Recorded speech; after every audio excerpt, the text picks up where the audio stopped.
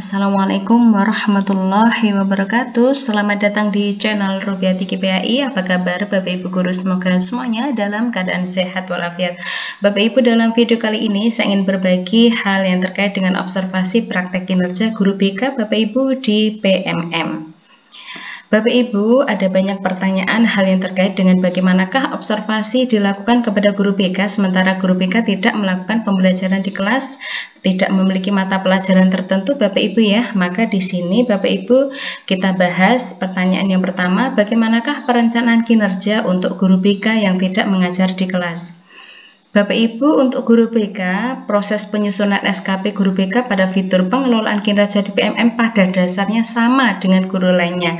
Hanya saja, satu Bapak Ibu, pada saat memilih aktivitas di tahap perencanaan kinerja, hendaknya guru BK memilih aktivitas yang paling sesuai untuk kekhasan sebagai guru BK. Kemudian yang kedua, dalam proses observasi yang dapat diobservasi adalah praktek ketika guru BK melakukan bimbingan dan konseling Bapak Ibu untuk mendukung peningkatan kualitas layanan pembelajaran. Jadi Bapak Ibu, kalau guru mapel itu diobservasi ketika guru mata pelajaran melakukan proses pembelajaran sesuai mata pelajaran yang diampu di kelasnya, maka kalau guru BK yang diobservasi dari praktek kinerjanya adalah ketika guru BK melakukan bimbingan dan konseling, termasuk misalnya bimbingan dan konseling itu dilakukan di kelas, otomatis observasi ini dilakukan ketika guru BK melakukan bimbingan dan konseling di kelas. Apakah rencana hasil kerja guru BK sama dengan rencana hasil kerja guru mata pelajaran? Bapak Ibu, guru BK tetap menggunakan RHK-nya sama. Jadi tabel RH-nya Bapak Ibu sudah kita bahas pada video-video sebelumnya. Itu baik untuk guru BK maupun guru mata pelajaran itu RH-nya sama Bapak Ibu ya. Kenapa demikian? Ini berdasar beberapa pertimbangan Bapak Ibu. Yang pertama, bahwa pengelolaan kinerja tidak hanya untuk kepentingan individu guru atau kepala sekolah, tetapi untuk peningkatan kinerja satuan pendidikan. Kemudian yang kedua, kinerja satuan pendidikan diukur oleh rapor pendidikan di mana salah satu variabelnya adalah praktek kualitas pembelajaran. Nah, meski guru BK mempunyai kekhasan tersendiri, tetapi 8 subindikator kinerja guru pada dasarnya tetap bisa digunakan untuk kinerja guru BK juga. Jadi sama Bapak Ibu ya, pilihan 8 subindikator antara yang dipilih oleh guru BK dengan guru mata pelajaran tetap sama. Contoh Bapak Ibu, misalnya yang terkait dengan subindikator dukungan afektif di mana di sana ada perhatian dan kepedulian, maka hal ini Bapak Ibu, perhatian dan kepedulian ini bisa saja diobservasi, bisa dimunculkan pada waktu perilaku seorang guru BK mengadakan kegiatan pembimbingan dan konseling, apakah ketika pembimbingan itu individu maupun pembimbingan kelompok Bapak Ibu ya oleh guru BK. Atau misalnya ketika subindikator manajemen kelas di mana di sana ada keteraturan suasana kelas, maka ini juga bisa diambil dari suasana di mana guru BK ketika melakukan pembimbingan dan konseling kepada kelompok Bapak Ibu ya, tentu kegiatan pembimbingan kelompok di kelas. Nah, 8 indikator itu Bapak Ibu bisa dipilih berdasarkan kesesuaian konteks kegiatan bimbingan konseling yang dirancang oleh guru. Jadi, Bapak Ibu guru BK memilih subindikator yang mana selain tentu itu berdasarkan rapat pendidikan Bapak Ibu ya, rekomendasi rapat pendidikan juga harus disesuaikan dengan seperti apa rancangan kegiatan bimbingan konseling yang dilakukan oleh guru BK. Nah, mendasar dari rancangan pembimbingan konseling yang dilakukan oleh guru BK, itulah guru BK menentukan kira-kira indikator yang mana yang bersesuaian untuk bisa dipilih. Nah, di sini Bapak Ibu, baik guru BK, guru mata pelajaran maupun KS atau kepala sekolah, Bapak Ibu memang perlu melakukan kontekstualisasi dari subindikator kinerja guru. Kita ingatkan kembali Bapak Ibu ya, ada 8 subindikator. Yang pertama, keteraturan suasana kelas. Misalnya guru BK membuat rancangan adanya kegiatan pembimbingan konseling secara berkelompok. Berarti ini bisa Bapak Ibu menggunakan subindikator keteraturan suasana kelas.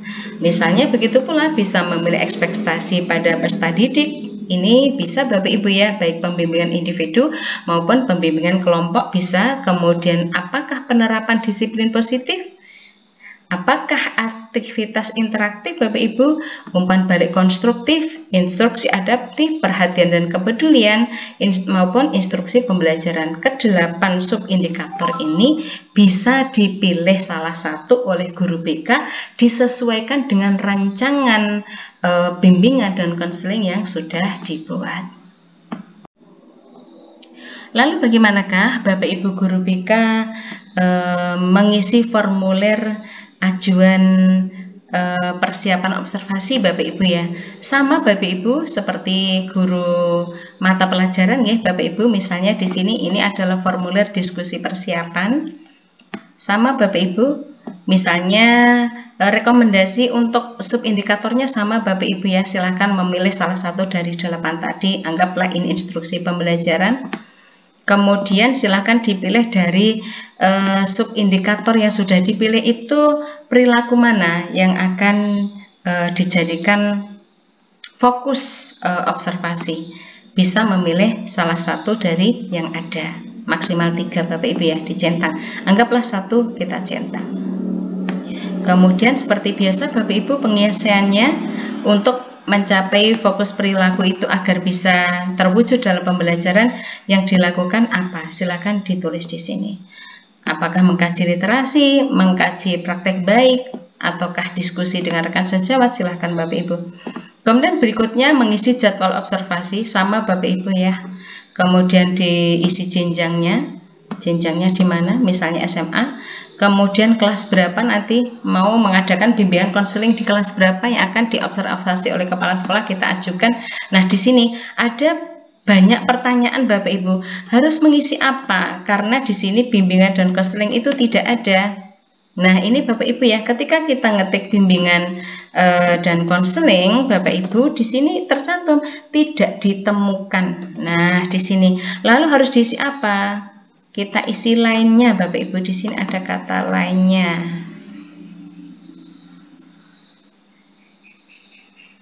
Nah, kita isi lainnya. Nah, kita isi lainnya ini Bapak Ibu ya.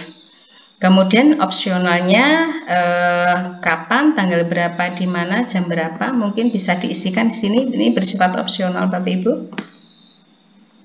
Kemudian unggah dokumen seperti biasa Bapak Ibu, tentu unggah dokumennya berupa apa ya? Berupa rancangan bimbingan dan konseling. Rancangan bimbingan dan konseling dari Bapak Ibu guru BK bisa diunggah di sini. Kemudian jika sudah Bapak Ibu klik kumpulkan. Nah, demikianlah Bapak Ibu beberapa hal yang terkait dengan pertanyaan bagaimanakah guru BK nanti bisa mengajukan formulir observasi kinerja. Demikianlah Bapak Ibu sedikit berbagi hal yang terkait dengan observasi praktek kinerja guru BK di fitur pengelolaan kinerja BMM. Terima kasih atas perhatiannya, semoga bermanfaat. Sekian, Assalamualaikum warahmatullahi wabarakatuh.